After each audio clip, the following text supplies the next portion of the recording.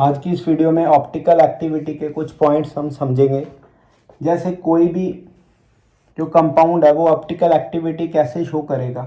सबसे पहले जो हमारे पास पॉइंट है वो होना चाहिए, जो हमारे पास इधर कायरल कार्बन एटम की प्रेजेंस होनी चाहिए।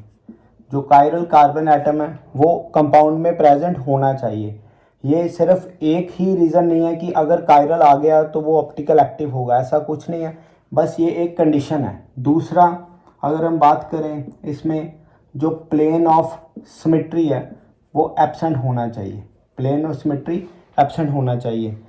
तो ये 2 पॉइंट्स पहले देखें, उसके बाद हम अगले पॉइंट्स देखेंगे। सबसे पहले हम ये समझेंगे कायरल कार्बन एटम है क्या। तो जो कायरल कार्बन एटम है उसके साथ जैसे जो भी ग्रुप्स लगे होंगे, हमें पता है कार्बन 4 बॉन्ड्स बनाएगा। तो जैसे ये हम कंसिडर कर रहे हैं कोई 4 ग्रुप्स, ये ई, तो ये जो 4 ग्रुप्स लगे हुए हैं ये चारों डिफरेंट नेचर के हैं। तो ये वाला जो कार्बन एटम है ये कायरल कार्बन एटम होगा। जैसे हम एक एग्जांपल लेंगे, एग्जांपल में आप देखिए यहाँ पे हाइड्रोजन, ब्रोमीन, कोई भी आप ले लीजिए, ड्यूटेरियम और chlorine.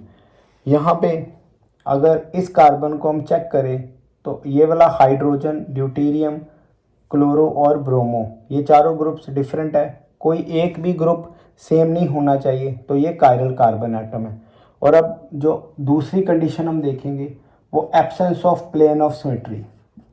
Plane of symmetry pass नहीं करना चाहिए। प्लेन ऑफ सिमेट्री क्या होगा हम ये भी समझ लेते हैं। देखिए plane of symmetry, plane of symmetry कैसे, जैसे एक ये कोई हम कंपाउंड लेने लगे, ये कार्बन है, ये भी कार्बन, और इधर CH3, कोई भी आप ग्रुप्स लगा सकते हैं इनमें अपने अकॉर्डिंग।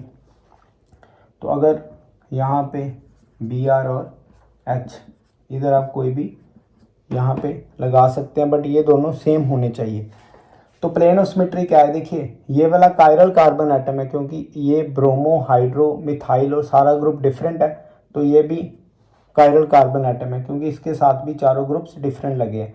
तो फिर भी ये ऑप्टिकली इनएक्टिविटी शो करेगा। क्यों? क्योंकि इस कंपाउंड में से प्लेन ऑफ सिमेट्री पास कर जाएगा, और जो प्लेन ऑफ सिमेट्री है ये दोनों साइड्स, इसको और इसको 2 इक्वल पार्ट्स में डिवाइड करेगी, जो कि आइडेंटिकल पूरी तरह से मिरर इमेज होंगी इसकी। इसको बोलते हैं एक्सटर्नल।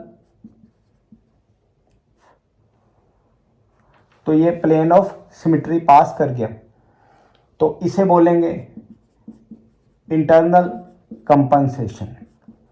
ये इंटरनल कंपनसेशन है, जिसके कारण ये क्या बन जाएगा, ऑप्टिकल इनएक्टिव। तो इसीलिए मैंने पहले भी बोला है आपको कि कायरल सेंटर होना सिर्फ यही नहीं है कि कायरल सेंटर प्रेजेंट हो गया तो कंपाउंड ऑप्टिकल एक्टिव हो गया। यहाँ पे देखिए 2 कायरल सेंटर है, फिर भी ये कंपाउंड ऑप्टिकली इनएक्टिव हो जाएगा।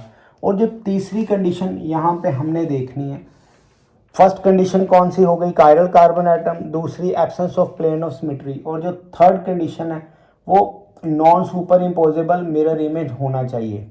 Non superimposable mirror image, तो mirror image non superimposable होनी चाहिए। इसका क्या मतलब है, जैसे अगर हम 1 को मिरर में देखें तो ये 1 आएगा, ये आएगी सुपर इम्पोजेबल। तो अगर हम यहाँ पे 7 को मिरर में देखेंगे तो ये इसका मिरर इमेज ऐसे आएगा, ये है नॉन सुपर इम्पोजेबल। तो आपको हमेशा non superimposable mirror image ही चाहिए।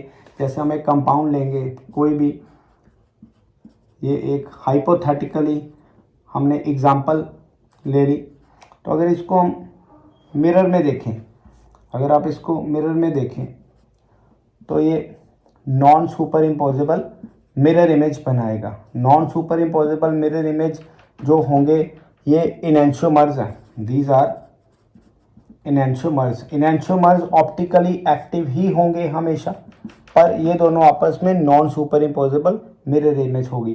तो ये 3 पॉइंट्स बिल्कुल बेसिक्स हैं। उसके बाद 4th पॉइंट और आता है जी, उसमें एक्सिस ऑफ सिमेट्री, वो अभी हम नेक्स्ट वीडियो में आपको शो करेंगे। बट यहाँ पे 3 आपने जो पॉइंट्स देखने हैं। सबसे पहला पॉइंट हमने क्या देखा, एक तो कायरल सेंटर होना चाहिए, कायरल सेंटर मतलब कार्बन चारों ग्रुप्स के साथ अलग अलग लगाओ। तो उसके बाद दूसरा हमने देखा है एब्सेंस ऑफ प्लेनोसिमेट्री, प्लेनोसिमेट्री नहीं होना चाहिए। और तीसरा हमने ये देखा है कि non superimposable mirror image होनी चाहिए। तो ये आपने ऑप्टिकल एक्टिविटी के सबसे बेसिक पॉइंट्स आज इस वीडियो में देखे हैं।